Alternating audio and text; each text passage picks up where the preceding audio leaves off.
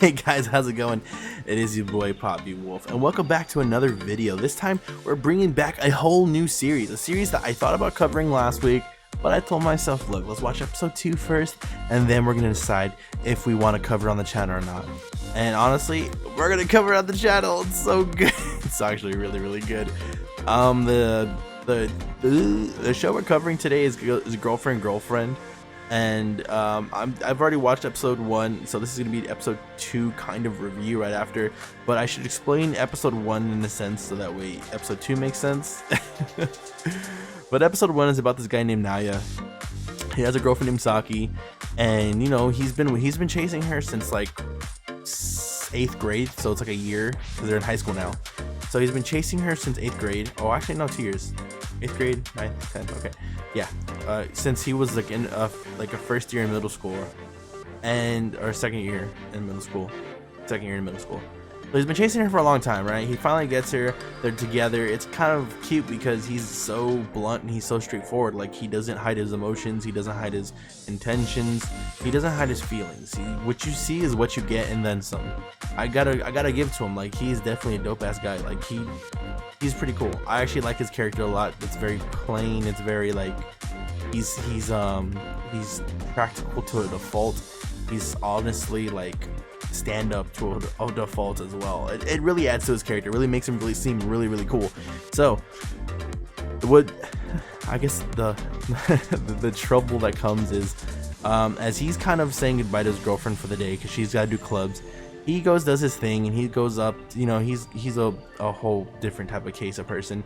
He goes up to the roof and he's like, damn, I'm lucky dude. I have the girl of my dreams. What more could a guy want? And he gets greeted by a cute black-haired, blue-eyed, gorgeous girl named Nagisa. Manise, yeah. And she's kind of like, yo, like, I've had a crush on you forever, and I just need to tell you that I am in love with you. I've been working on my confession for like 3 months now. I've been working out, reading books. Like, this girl literally bettered her. Like, she made it a mission to be so good at everything a girlfriend should be at, so she could feel worthy to ask him out. And because she's done so much effort, she's gone to like the hugest of lengths just to do that. It's kind of hard for him not to, like, you know, say, hey, let's, you know, what am I supposed to say? He goes, look, I'm in a relationship already. She goes, it's fine. I'm going to ask you out again and again because I don't ever want to stop chasing you. And like, the sentiment is so powerful. It makes him go, look, all right, there's only one clear explanation for me to do something. Let me go ask my girlfriend if I can date you as well. And I was just, from that premise alone, I was like, oh shit, I'm gonna fucking love this series so much. Like, dude, who even thinks that? Whoever goes, you know what, my relationship is missing another girl. Wait, actually, no, I feel like a lot of people say that, actually, now that I think about it.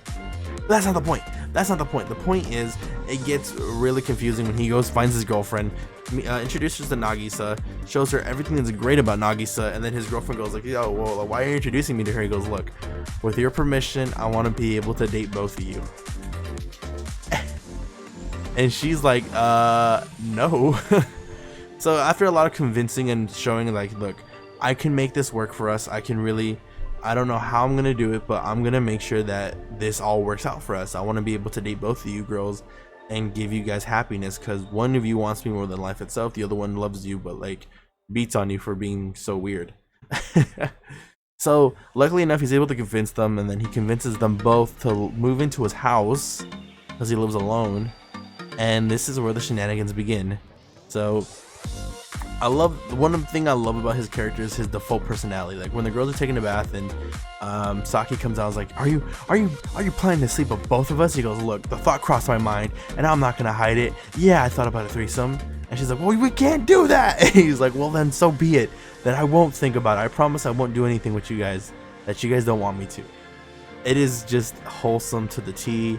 The girls it's just so wholesome. I love it. And then episode 2 begins right where we left off, with the girls getting out of the bath. They're getting ready for bed, and you know, Nagisa's basically like, look, if he wanted a threesome, I'm kind of down for it.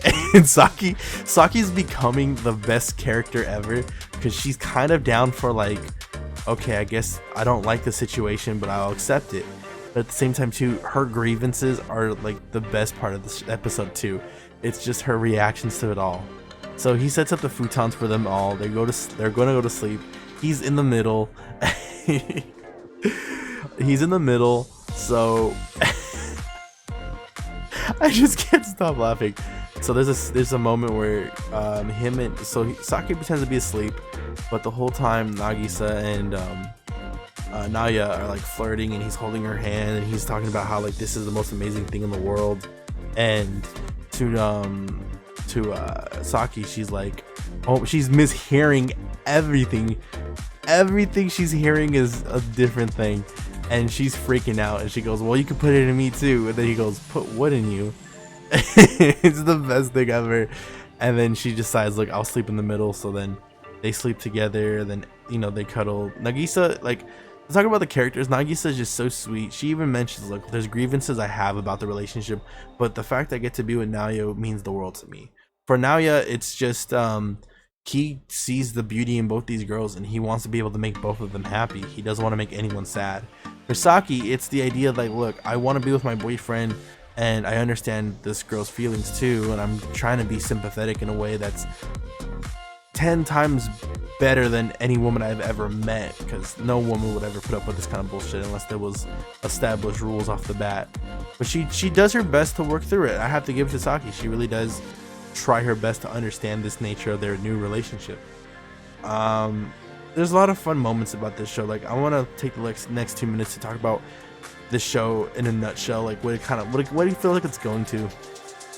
I feel like as teenagers we're very young, we're very impulsive. There's moments where like we find ourselves falling in love with more than one person, and trying to find like the most normal way to like consolidate that is it's a struggle in its own.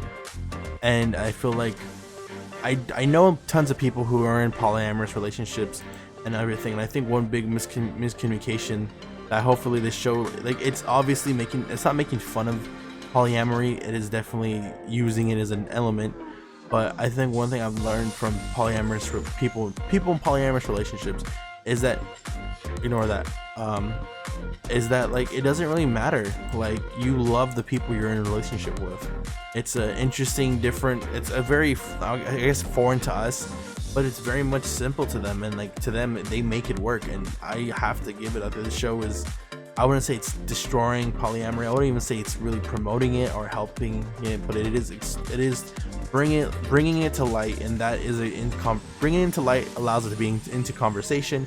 And who knows, maybe this actually does help somebody who is interested in who is polyamorous and honestly doesn't know how to approach his partner with this, or doesn't know how to promote their approach their partners with this kind of style. You know what I'm saying? Like, it's an interesting in its own, but hopefully again this brings it to light and it allows it to be in conversation. Girlfriend from episode 1 and 2, I have to give it like a solid B. I think it's a fun anime. It's definitely like a comedy anime. There's nothing significant that I don't think is really going to be like message to take away from this, unlike Remake Our Life. I feel like this is just comedy. This is just fun for fun. You take it for what it is, and I honestly am here for it. I'm here for the whole ride, baby. Girlfriend episode 1 and 2 are pretty good. It's pretty good. I honestly want to cover it. It's so nice.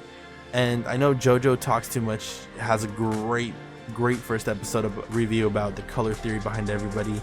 And he's going into depth about it, and I gotta give him to that. I'm not gonna go into depth. I'm just gonna talk about what I love about the show, and it's just the whole miscommunications, the whole situation, the whole sitch of dating two girls and trying to go into high school while living with them. It's just awesome. We'll probably do more in-depth videos as we go on, but I decided to do a quick review episode only because the first 2 episodes are out. I've already watched episode 1, and I want to give you guys a video, so enjoy.